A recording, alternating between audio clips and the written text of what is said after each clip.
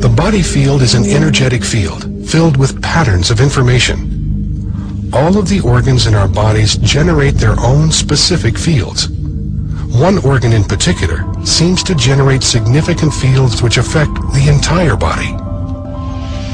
The heart is the emperor in the system, the liver, and all the organs have other tasks, but the heart is ruling all.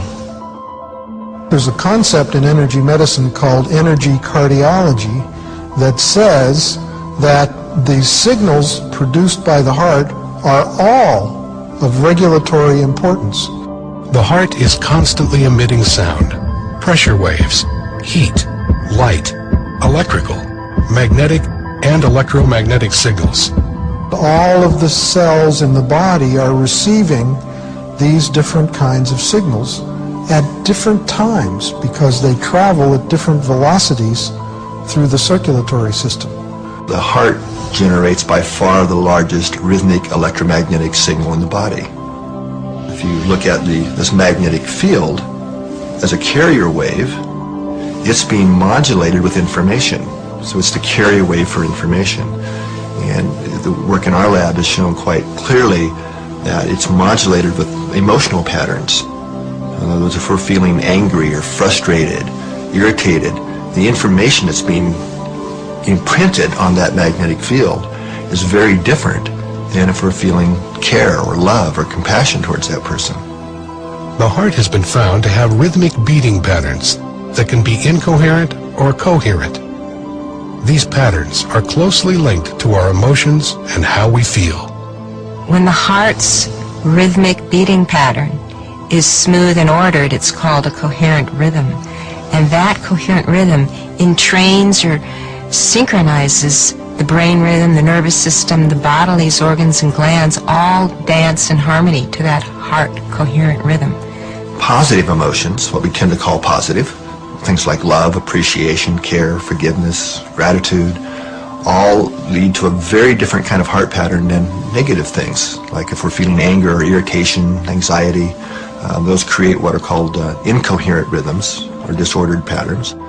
On the other hand, we have the positive feelings when we're just appreciating the sunset and how beautiful it is. Our heart's beating out this what we call coherent rhythm. It's a sine wave-like pattern that the heart is sending to the brain. And we call it heart coherence because in research we find that the heart has to get into this synchronized, coherent, rhythmic pattern of heart rate in order for the rest of the brain and the nervous system and body to entrain and synchronize to that powerful rhythm. So it starts with the heart. When we feel the pulse, what we're feeling is the pressure wave created by the beating heart. It's not actually the flow of blood, it's the pressure wave. So every time the heart beats, that pressure wave goes to the brain and throughout the body. And if we look at the brain level, that pressure wave synchronizes all the neurons. In fact, the brain would be in trouble if it didn't have that synchronizing signal to kind of give us a global synchronizing effect.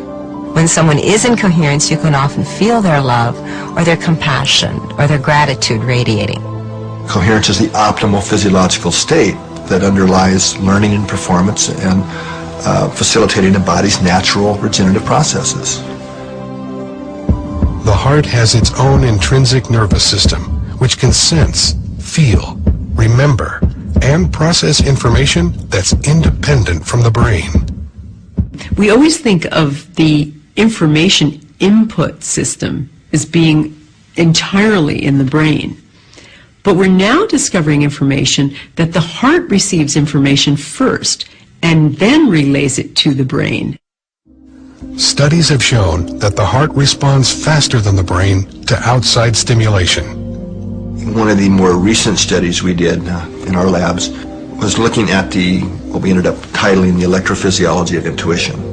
There was some previous research that had been done showing that the body would respond in a way that would predict a future event if the future event was emotionally significant and relevant to the person. Participants were attached to sensors to record their brainwave activity, heart activity, and heart-brain interactions. The person would be sitting in a computer, push a button, and then we're recording physiological data, and 6 to 8 seconds later you would be shown a photograph Okay, and then the photograph would be from two opposite ends of the spectrum of emotional arousal. Participants were shown pictures of car accident victims, snakes attacking, and other disturbing images.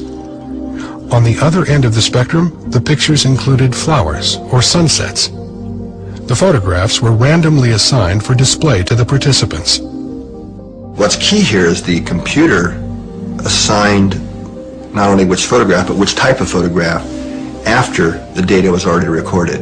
So it was absolutely impossible for the research subject, the experimenter, to have any kind of foreknowledge of what photograph it might be. The computer itself didn't even know. The results were surprising. The body responded even before the picture was displayed. What we found was that not only did the body indeed respond prior to the event, the seeing the picture, in a way that would predict it, but it was the heart that responded first. The heart's response was not only faster, but the signal it sent to the brain varied depending on the emotional content of the picture. Looking at the signals that the heart was sending to the brain, that the heart literally sent a different message to the brain, depending on what the future picture was going to be.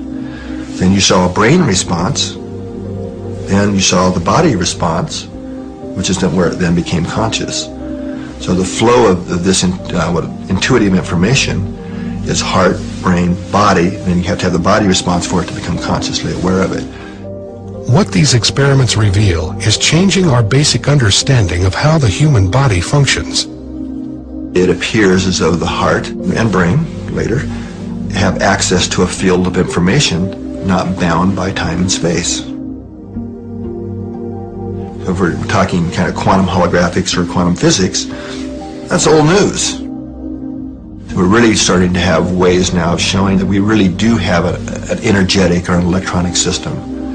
And that's really primary, that it's really not bound by time and space.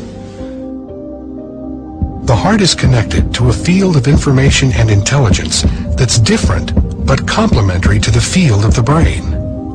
It's very clear these neurons in the heart and the brain part have short and long-term memory. They process information. It's a functional brain.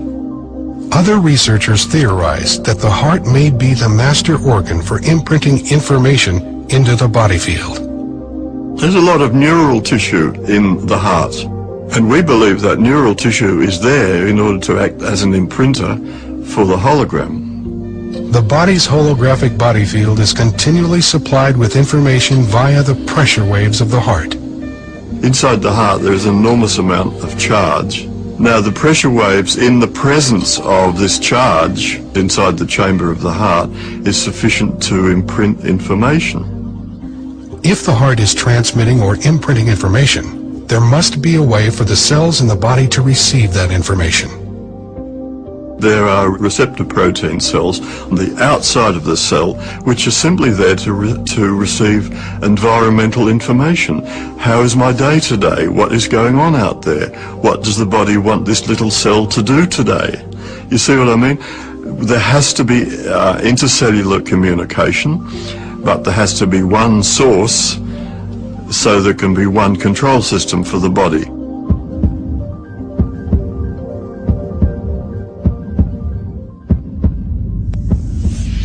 This control system is sending out information to the body via the body field. But what exactly is information? We think of the body as both a material and an energetic, dynamically exchanging open system, which it is. We need to eat like a ton of food a year, and most of it is passed out. So all of that food is somehow turned into the body, which remains extremely stable for long periods of time. Somebody basically doesn't change much for maybe 40 years as an adult. People recognize you immediately, even 40 years later, because the basic body structure doesn't change, even though after a short period of time you don't have a single atom left in your body. They've all exchanged and gone out, and so now this is the hamburger I ate yesterday, and in 3 weeks from now this will be a carrot that I eat tomorrow, and so on. It's a very dynamic system, and yet I remain the same. So if it's not the material, and presumably not the energetic part, the dynamic energetic part, then what's left? There must be something like an informational pattern which holds it together.